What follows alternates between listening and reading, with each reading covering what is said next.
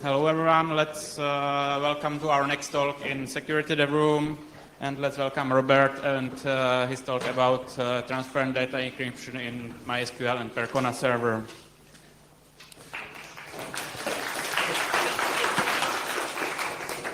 Hi, hello.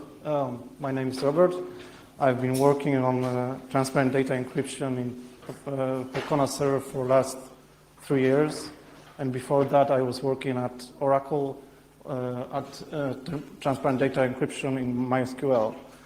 So today I want to kind of show how the internals works, how it's all connected, and what are things to look at when you decide to turn it on in your server. So first thing we need to cover are keyrings. So basically, those are plugins which Percona server and MySQL use to store encryption key or to communicate between Vault servers with key stores or just a file. So they come in two flavors. One is server-based. So keyring plugin connects to server, takes keys from the server, put that in cache memory, and provides that to MySQL or Percona server. So those keys are cached in memory. And so as I said, it can communicate with the server, or it can just use a file to store the keys. So when you install keyring, the installation itself is always successful, because in MySQL and in Percona, you need to have a plugin installed to be able to use its variables. And so you should get, if you didn't provide enough information, warnings in your server log file that you should set up keyring vault config options, or for keyring vault plugin, or keyring file data for keyring file plugin. So when you set up one of those variables, for keyring vault config, the Percona server will try to connect to Vault server and check if it's working. And the same with keyring file data. So that will try to load the keys from the file and check the version, check if nobody manipulated the keyring file. And it checks the checksum, and if it's all right, it allows the Percona server or MySQL to use those keys. So with keyring file, all information are loaded immediately from file with keys. So when you select from a table that was encrypted, the key that is used to decrypt the table is available for sure in memory. And with keyring vault, it's a bit different, and it comes with also keyring OKV or different other keyring AWS that you can use with MySQL. It doesn't retrieve all the data on the startup from the key server, just the list of the keys. So you may ask, so what happens if I try to select from a table, encrypted table, and key is not there? So it will retrieve the keys also on the startup, but just the active ones. And I will show that a bit later.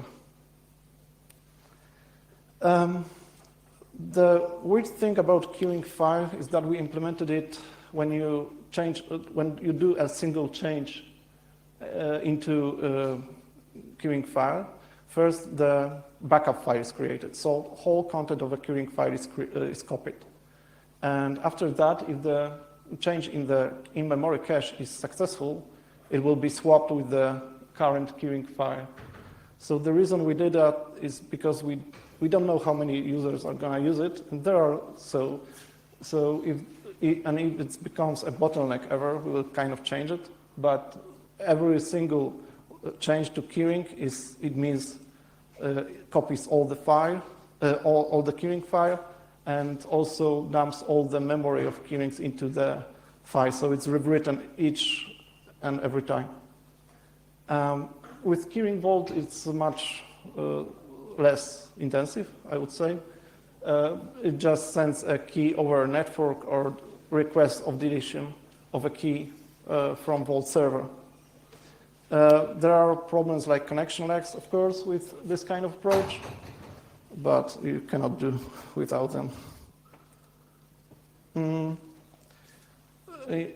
Also, there is a concept of that you should have a separate place in your key store where you store your keys per keyring. So imagine you have a cluster and you have like a master and slave, and both of them using the same place in your vault server where they store the keys. Then you would get the clash between the names of the keys, of course. So with in MySQL, master key is has a unique name. We'll talk about that also later. But when you use queuing UDF, there is a special plugin that users can store their own keys into the vault server. That becomes a problem because those names are not unique. So this kind of separation is natural for queuing file because queuing file is next to the server itself, so it's not a problem. There will be a file per each server, but there is some work needed for when you use HashiCorp Vault server or Oracle Key Vault for that matter. I don't know if you guys used Vault. It's very cool open source server for storing keys. And you in Keyring Vault, you provide a mount point where the keys should be stored by Keyring Vault in Vault server. So you can do the separation, but providing different mount points to each keyring. But that's a kind of a high privilege thing to do. So you will have to have a privileges to create mount point, and you may not want to do that, to give that privileges to all your DBAs. So the Vault server also provides you that you can create one mount point and provide a path to Keyring Vault configuration file. And when the first key is sent to Keyring Vault, Vault server will automatically create a directory in that mount point. And when you delete the last key from that path, Vault server will also delete the directory. So yeah, so this is the configuration file for Keyring Vault. Vault URL, so that's the URL of Vault server. The secret mount point you need to create on Vault server where the keys are going to be stored, and you can use this path to separate those places for each server, Percona server. Then you have a token. A token is provided to you by Vault server. It's one-time token and Vault certificate. So this one is optional because you can add your Vault certificate into to your machine, so it would be trusted by machine, or you can provide it here, and Keyring Vault will use it to authenticate the Vault server.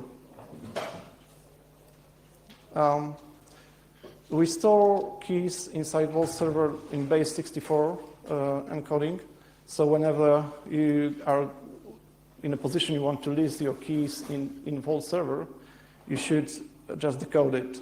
So here we have decoded something, and it appears it's a master key. And I will talk a bit about how this is structured. Yes, and also the master key here has a UUID of a server embedded in its name, so it's a unique name. So you can kind of use a common place in this Vault server sorry, to store keys from different MySQL or Percona servers. And you can use also Keyring UDF plugin. And this Keyring UDF is users can use to store its own keys in the Vault server or in this Keyring file file. And you can generate a new key, fetch. You can also fetch key length, type, store a new key, and remove a key. So how does this InnoDB encryption is really done? So in MySQL, tablespace consists of pages. So we have tablespaces, which are a set of tables, or you can have a per file tablespace, which is one table has its own dedicated tablespace, and that's it. And in MySQL, the encryption works on a tablespace level. So you can have whole tablespace encrypted, but you cannot have some tables encrypted in tablespace. So what is master key encryption? It's an envelope encryption. So you use one key to encrypt other keys in the server. So we have a key, master key resides in keyring that we already discussed. And then we have a server-generated key per table inside MySQL data directory. So whenever a table is to be encrypted, a key is generated for it by Percona server itself. And so it stays next to the data it encrypts. So in order for it to stay next to the data it encrypts, it has to be also encrypted. And this key is encrypted by the master key coming from keyring. So encryption tablespace key is stored in a tablespace header. So and this is how this header looks like. So we have some versioning, 3 versions already. Key ID and UUID are used for combined together to get the master key ID. Then we have a tablespace key and IV, so initialization vector, that are together encrypted with the master key. And as the last part is a checksum of tablespace key and IV. But the checksum itself is taken from plaintext tablespace key and IV, not an unencrypted one. So yeah, when we combine key ID and UUID, we get the master key ID. So how do we know which master key we should fetch from keyring to decrypt a table? Because we have this table A, let's say, and we have a key. There can be multiple master keys in a keyring. So we need to have this ID by looking at tablespace header. We take key ID and UUID, and we combine it, and we have the master key ID. So we know which master key we should fetch from the keyring. But the keyrings can be swapped, and we may have a keyring with a key ID that is okay for us to fetch, that we are looking for, but it turns out that it's a wrong key, right? Because the keyrings were swapped or something. So how we make sure that the key itself is correct?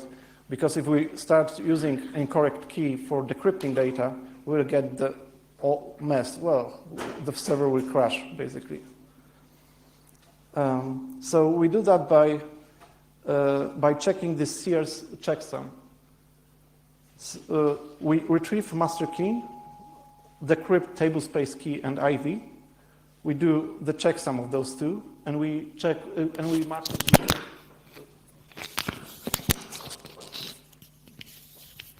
Sorry.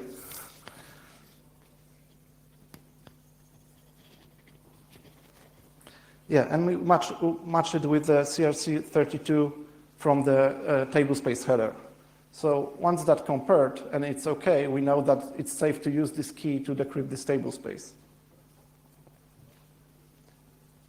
So how do we make sure that we are able to decrypt table when we need it?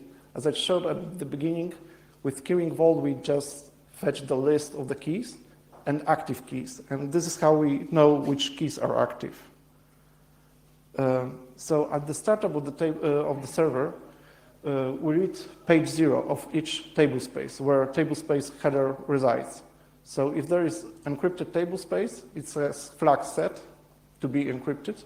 We read page 0, read tablespace header. We get the master key from keyring, so we check if we can connect to keyring. We do the decryption, and we check the CRC32. So by that, we know that we are okay to decrypt this table. But if any of those steps fail, we have to say that the tablespace is just missing. We don't say we cannot decrypt it. It will just show us missing tablespace.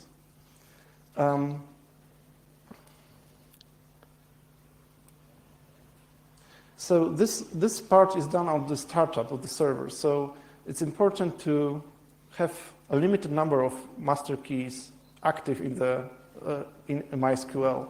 Because if you have a lot of them, that would mean that there will be a lot of transmission between Vault server and your MySQL instance on the startup. So when you're rebooting, it will slow down your reboots. So let's talk about what crypto we use in MySQL. First one is AES 256 ECB. So this is the famous picture, why it's insecure. Because it's not a randomized algorithm. So you can see the repetition in the plaintext by looking at the ciphertext. So it will always encode the same value to the same value. So if it's a black pixel, let's say it will encode it as a gray pixel, and we can see where the shape of the penguin by looking at the ciphertext. So why we are using it? Because we are using it only for tablespace key and IV. And tablespace key itself is a random thing. So it should not have a deterministic repetition in it. And since there is no deterministic repetition, it's okay to use here, and we kind of save IV.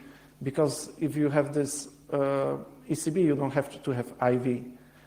Okay, so this is the block picture of how AES basically works. It takes 128 bits of text, 256-bit long encryption key, and provides the ciphertext. So AES 256 in AES, it means the length of the key. But it always works on 128 bits long block of text. For page encryption, we use AES 256 CBC, so changed, and it's a randomized one, so you get no repetition this way. So how do you get the randomization? Basically, you never encrypt the same plaintext twice. So to do that, you add to your plaintext IV, so initialization vector. So it's important to have the initialization vector and key itself always to be different when you start encoding with CBC or CTR. We also use CTR, but I don't have time.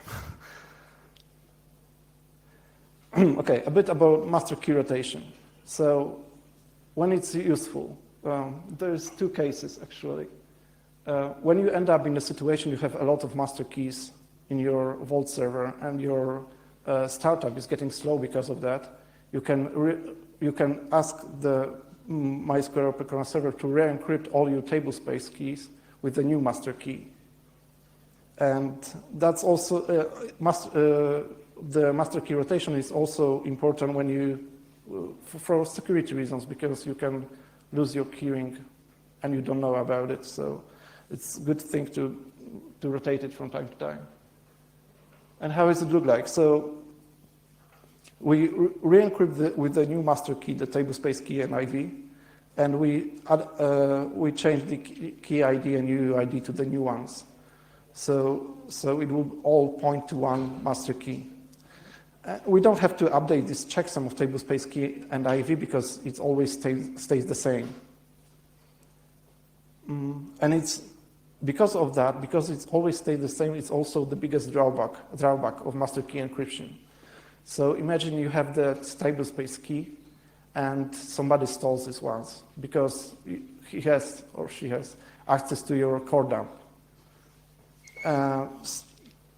So he will be able to decrypt your data although you are not aware of it. You can rotate your master key, but that won't help you because this tablespace key that is actually used to encrypt a table will stay the same.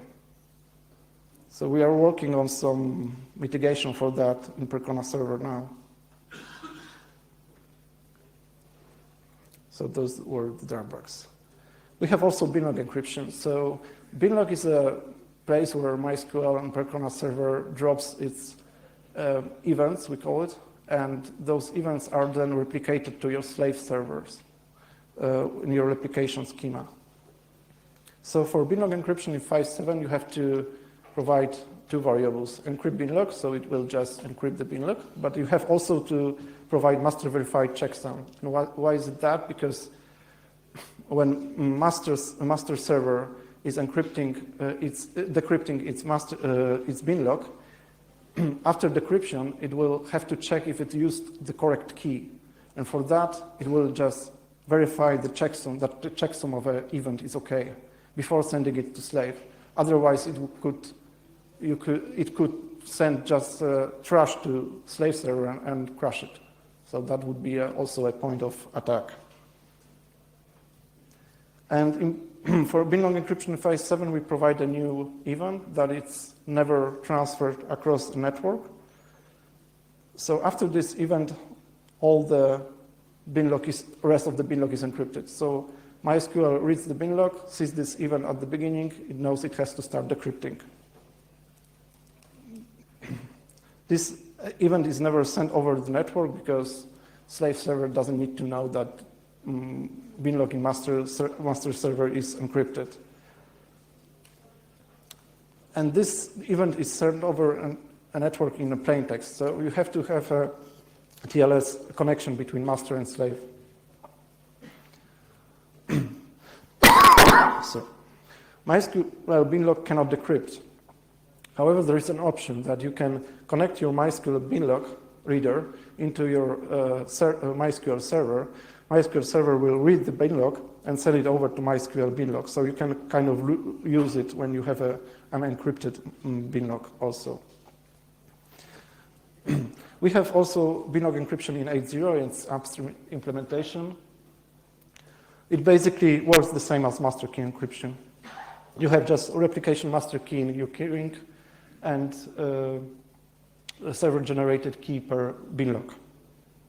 When you turn it on, master key Percona server will just enable rotation of a binlog, so the new file will be created because you have a number of binlog files in your MySQL. New file will be created, and starting from that file, all binlogs will be encrypted. We have also undo tablespace encryption and read block encryption. It's almost same as the binlog encryption. Also system tablespace and double write buffers encryption. So this is the thing that is only in Percona server. So there is a system tablespace encryption in MySQL IB data 1. And in this tablespace, there is also double write buffer, which is not encrypted in MySQL. And we think it's a problem because all the data before it gets written to the disk, to the pages, to the table spaces, goes through this double write buffer. So if it's unencrypted, it basically means you can read anything, even though you have encryption turned on. MySQL IB data is a new table space for storing data dictionary information, so it's also encrypted. And in Percona server, we have a parallel double write buffer, which you can also encrypt. So thank you. This is for Percona Live.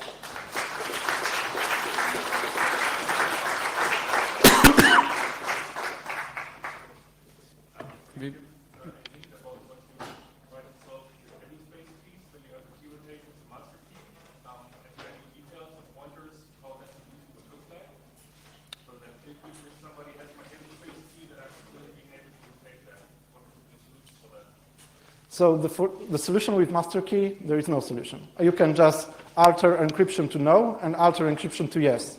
So it will generate a new tablespace key, but you have to do it on your own.